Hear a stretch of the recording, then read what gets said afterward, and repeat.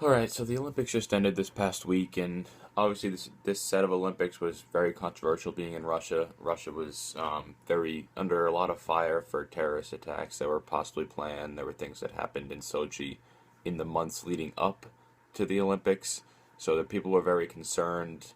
There were families not even coming from the U.S. I read several articles about family members of hockey players from the U.S. team that made the decision not to come to Russia because it was too dangerous in Sochi, which is really just not the way it should be. There should be no reason for family members and friends not to want to come to the Olympics. I mean, the Olympics is the big event. It's once every 4 years. It's where people get to showcase their talents and the world gets to come together. And this Olympics really wasn't that.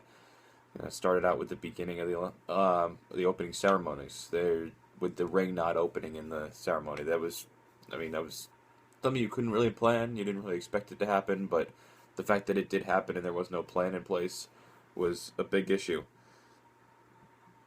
The fact that it represented the Americas and that things weren't happening, like people were saying that, oh, it's caused by, oh, it's America, Russia hates America, they did it on purpose. That I don't think that happened, but the fact that people are able to think that is an issue, and that needs to be changed. That perspective on the world needs to be changed.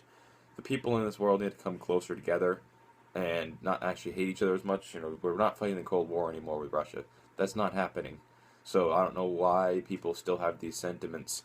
It's really the terrorist attacks were not led by anybody in Russia. There was a huge security perimeter. They did everything they possibly could. The one big issue I did have with the Olympics is the price tag of it.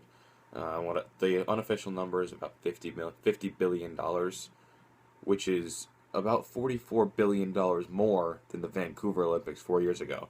Now I know there's been some inflation since then, but not $44 billion worth. And what has happened is a lot of people have been taking money off the top.